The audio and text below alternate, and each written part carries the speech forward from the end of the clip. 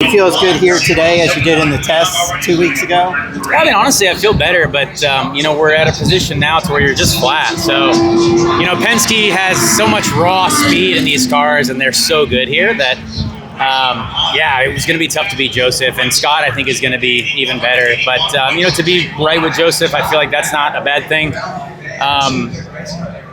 Just tickled the limiter in fifth gear into one, so that probably cost us the second lap.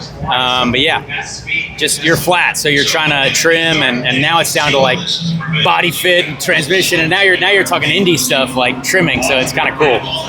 So you'll be able to pass if everybody's flat? You know what?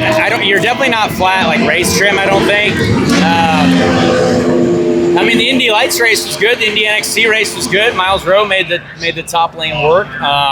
I think people just have to go there, and at the start, you're forced to go there. And I enjoyed the Highline practice session. I thought it was actually quite good. But the problem is, it's just the cars are really fast on the bottom lane. So I don't know. It depends on if someone gets trapped on the bottom and you can just stay 2x2.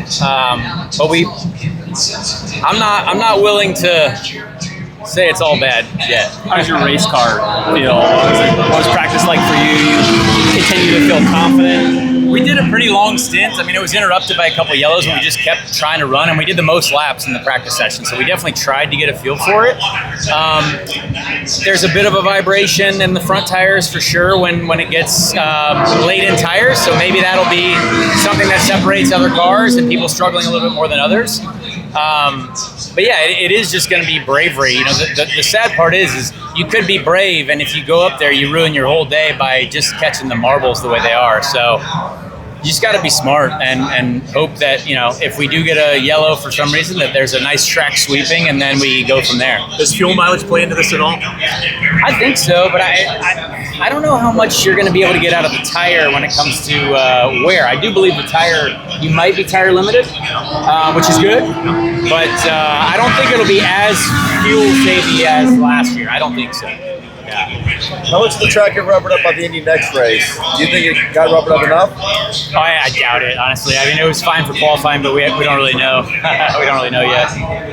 I assume the answer is no. Have you talked to Santino at all this weekend? Oh, yeah. People are actually be very upset by the wonderful conversation we had, honestly. Max Pappas got us together. I think it's a little bit less violent and awful than people think it is, but a lot of comments, wild quote game. And it is what it is. Realistically, there's a race to be run, and hopefully it's obviously a smart race. There's no reason.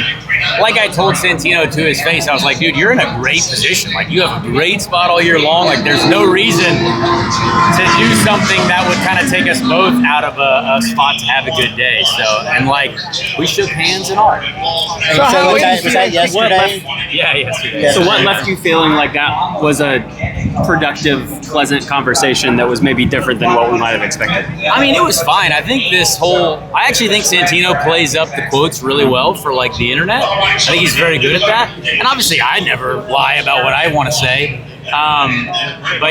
If people actually saw us communicating, you'd be like, oh, that's not as violent as we thought it would be. But again, I don't think opinions change. It's not all of a sudden I'm like, that guy's my best friend. You know what I mean? That's for sure. So, we'll see what happens. Hey,